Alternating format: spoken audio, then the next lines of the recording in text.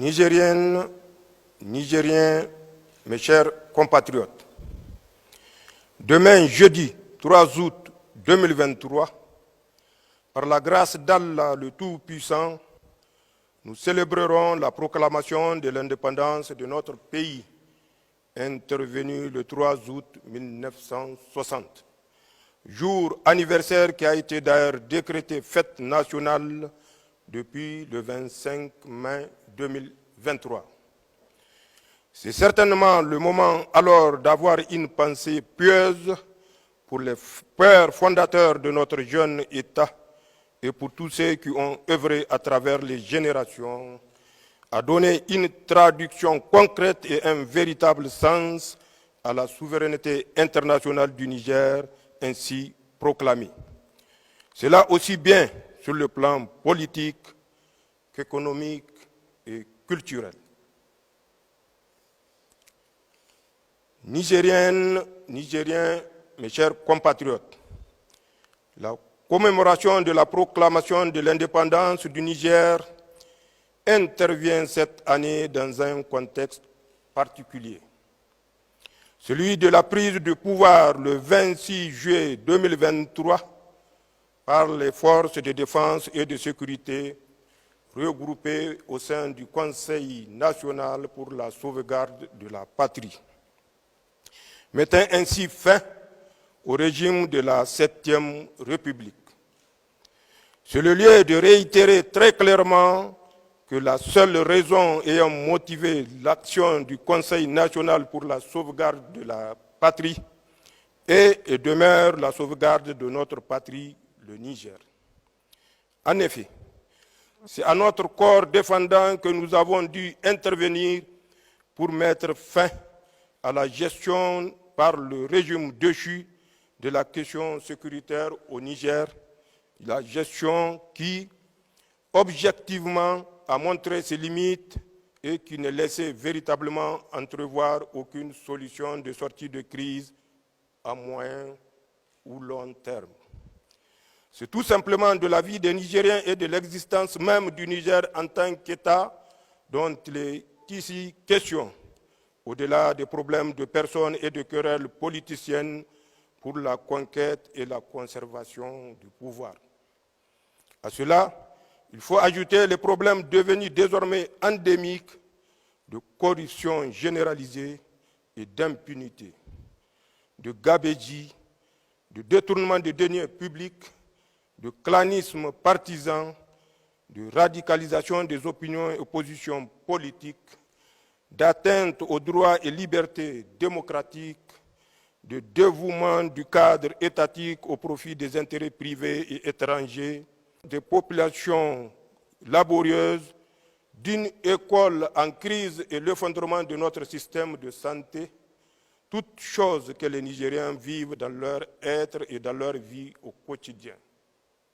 Nigériennes, Nigériens, mes chers compatriotes, à ce stade de mon propos, permettez-moi de faire remarquer que les forces de défense et de sécurité regroupées au sein du Conseil national pour la sauvegarde de la patrie ont pris le pouvoir sans aucune effusion de sang, grâce à Allah.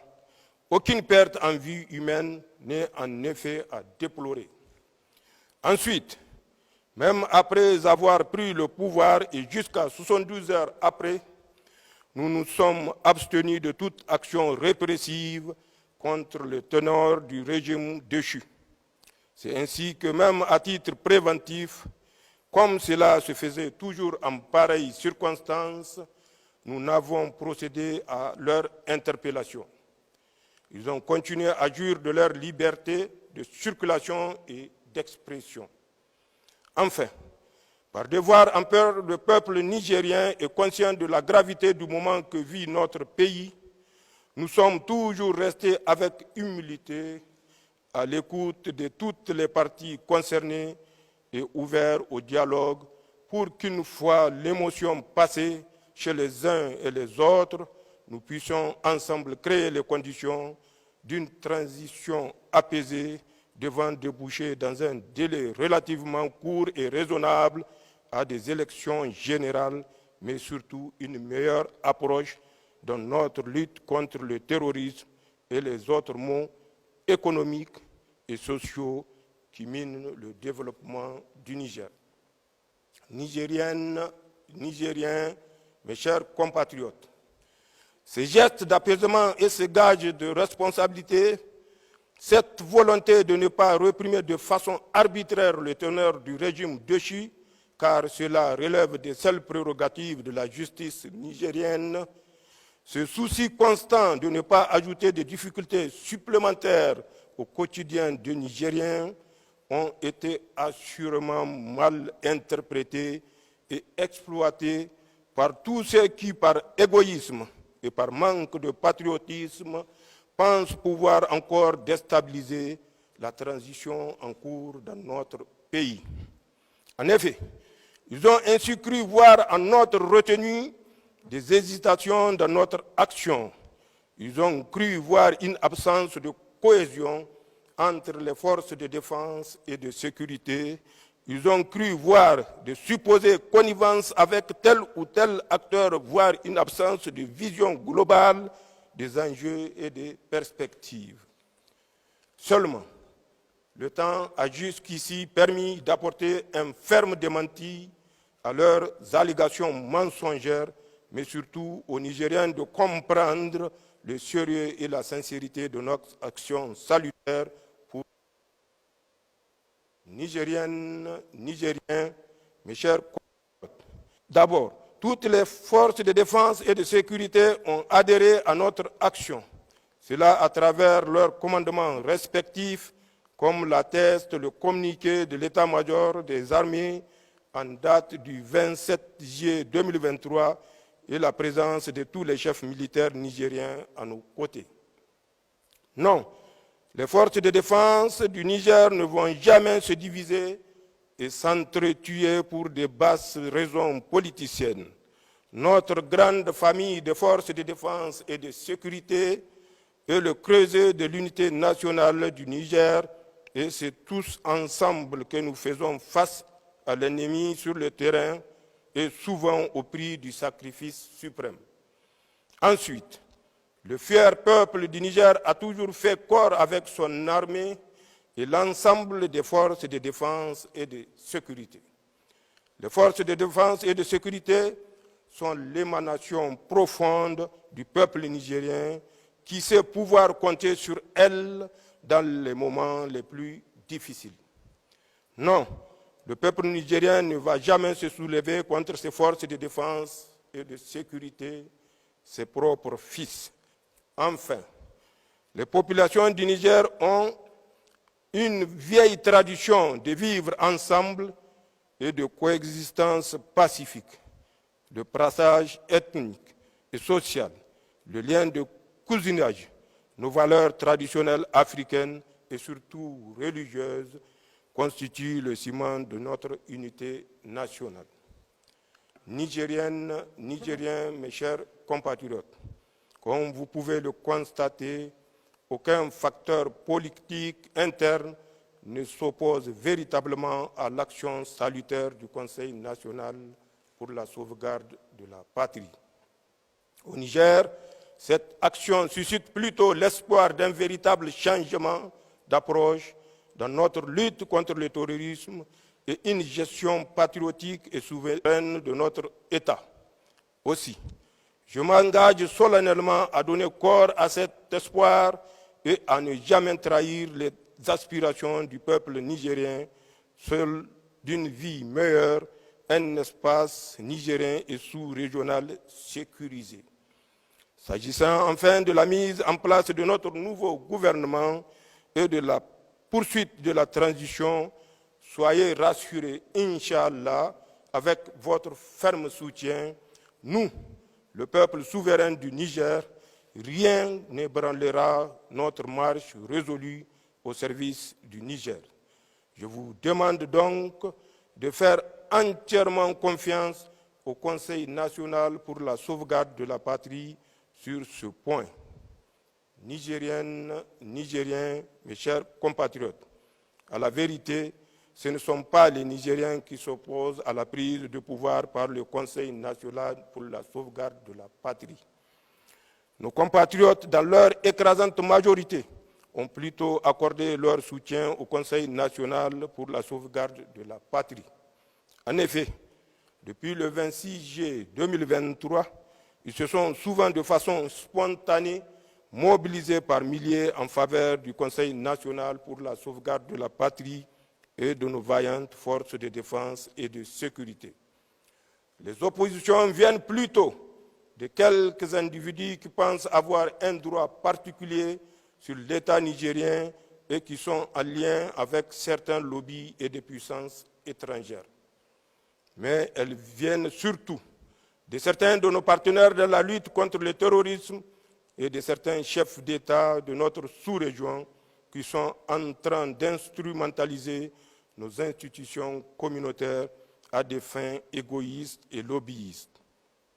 Nigériennes, Nigériens, mes chers compatriotes, s'agissant de certaines puissances étrangères partenaires, comme l'écrasante majorité du peuple nigérien, nous avons été surpris par leur empressement à condamner la prise de pouvoir par le Conseil national pour la sauvegarde de la patrie, à prononcer des sanctions contre le Niger et son peuple et à mettre fin, de fait, à leur coopération sécuritaire. Cette attitude hostile et radicale n'apporte aucune plus-value ni dans la résolution de la nouvelle situation née de la prise du pouvoir par le Conseil national pour la sauvegarde de la patrie, ni dans notre lutte jusqu'ici commune contre le terrorisme. Elle crée la méfiance entre partenaires et anéantit tous les efforts jusqu'ici fournis par la communauté internationale dans la lutte contre l'insécurité au Sahel. Mais surtout, elle amène les Nigériens à se poser un certain nombre de questions. En effet, comment pouvez-vous comprendre, aider le Niger à lutter contre le terrorisme qui touche nos laborieuses populations et suspendre la coopération militaire à la moindre difficulté? Comment expliquer qu'un partenaire, sur des questions aussi sensibles, décide de suspendre sa coopération militaire à un moment crucial de la lutte contre le terrorisme au Niger et dans notre espace sahélien? Le souci d'un gouvernement civil élu peut-il être au-dessus de la préservation de la vie des Nigériens et de leur vivre ensemble ou encore au-dessus du Niger, de ses intérêts vitaux et existentiels? Chacune et chacun se fera son intime conviction et s'assumera conséquemment. Nigériennes, Nigériens, mes chers compatriotes. Mais ce qui a surtout surpris les Nigériens, c'est le communiqué du gouvernement d'un pays partenaire qui menace le Niger de recourir à la force pour protéger ses citoyens, sa représentation diplomatique et ses intérêts au Niger, alors même qu'ils n'ont jamais été l'objet de la moindre menace. Comment une question de maintien de l'ordre suite à des manifestations pacifiques de rue peut susciter chez des autorités politiques au plus haut niveau une réaction aussi excessive? À ce niveau, l'on peut à juste titre se demander s'il est juste et humain qu'un gouvernement ordonne l'usage de la force militaire contre les populations nigériennes pour protéger ses ressortissants. Pour notre part, nous estimons que la vie humaine est sacrée. La vie des Nigériens, aussi bien que celle de tous nos frères et amis résidant au Niger, ils n'ont donc aucune raison objective de quitter le Niger. Le gouvernement et le peuple nigérien, fortement attachés à nos valeurs de justice et d'hospitalité, sont prêts à continuer à assumer leur sécurité, sauf si cela s'inscrit dans une approche politicienne inavouée qui consiste à créer la psychose sécuritaire dans les esprits. Aussi, nous appelons tous les Nigériens à manifester leur position sans violence, dans le respect de la vie humaine, cela conformément à la loi et à nos valeurs traditionnelles d'hospitalité et d'accueil. Nigériennes, Nigériens, mes chers compatriotes, S'agissant de la CEDEAO et de l'UEMOA, c'est avec une stupéfaction que les Nigériens ont appris les sanctions illégales, injustes et inhumaines prononcées à leur encontre. Mais elles sont surtout inédites. Pour la première fois dans l'histoire d'une organisation communautaire, sans consultation aucune et sans passer par le dialogue ou des mesures intermédiaires, les pays membres de la CEDEAO et de l'UEMOA ont décidé immédiatement de prononcer des sanctions aussi sévères contre un autre pays membre, le Niger, allant jusqu'à confisquer les avoirs du Niger ou encore menacer le pays de recourir à la force pour rétablir le régime déchu. Ces sanctions sont cyniques et iniques. Elles sont prises dans le prolongement et en coordination avec les sanctions déjà prononcées par certaines puissances étrangères qui ont fortement influencé leur survenance. Elles visent à humilier les forces de défense et de sécurité nigériennes, le Niger et son peuple. En effet, dans leur entendement, d'abord les sanctions économiques et financières devaient créer les conditions pour paupériser davantage nos populations, révolter les travails et impacter négativement la vie des Nigériens dans leur quotidien. En somme, pour rendre la situation intenable et le pays ingouvernable. Ensuite, une intervention militaire viendra dans les semaines à venir donner le coup de grâce au régime du Conseil national pour la sauvegarde de la patrie.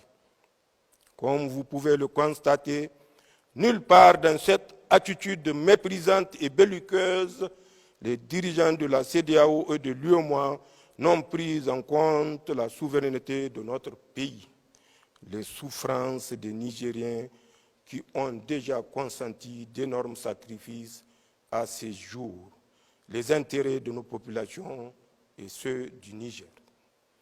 Nigériennes, Nigériens, mes chers compatriotes, le Conseil national pour la sauvegarde de la patrie rejette en bloc ces sanctions et refuse de céder à toute menace et d'où qu'elles viennent. Nous refusons toute ingérence dans les affaires intérieures du Niger et rejetons la prétention chez les uns et les autres de punir pour l'exemple le Conseil national pour la sauvegarde de la patrie et le peuple nigérien. Nous en appelons donc au peuple nigérien dans son ensemble et son unité pour faire échec à tous ceux qui veulent infliger d'indicibles souffrances à nos laborieuses populations et déstabiliser notre pays. Nigériennes, Nigériens, mes chers compatriotes, c'est donc le moment par devoir de vérité de vous dire que les semaines et les mois à venir seront certainement difficiles pour notre pays. Ceux qui s'opposent à nous sont sans limite lorsqu'il s'agit de défendre leurs intérêts égoïstes. Ils ne s'arrêteront que face à la ferme détermination du peuple nigérien à défendre ses intérêts et sa souveraineté. Ils ne s'arrêteront que face à un peuple uni et solidaire mené par des dirigeants patriotes. Ils ne s'arrêteront que face à notre résilience et notre engagement à défendre notre dignité, notre liberté et notre pays. Alors, s'ils devraient aller jusqu'au bout de leur logique destructrice, puisse Allah veiller sur le Niger et faire en sorte que c'est le dernier grand combat que nous allons mener ensemble pour une véritable indépendance de notre pays. Nigériennes, Nigériens, mes chers compatriotes, pour terminer mon propos, j'aimerais témoigner aux républiques sœurs du Burkina Faso, de la Guinée et du Mali notre profonde gratitude pour leur solidarité fraternelle agissante. J'aimerais également remercier tous les États amis et partenaires sincères ainsi que tous les autres amis du Niger qui nous ont jusqu'ici témoigné leur solidarité agissante et leur ferme soutien en cette étape difficile de l'histoire de notre pays. Les Nigériens n'oublieront jamais leur soutien historique et ne baisseront jamais la tête face à ceux qui veulent détruire notre pays comme ils l'ont déjà fait en Libye et dans d'autres pays encore. Vive le Conseil national pour la sauvegarde de la patrie, vive les forces de défense et de sécurité, vive le peuple fier et souverain du Niger, vive le Niger, je vous remercie.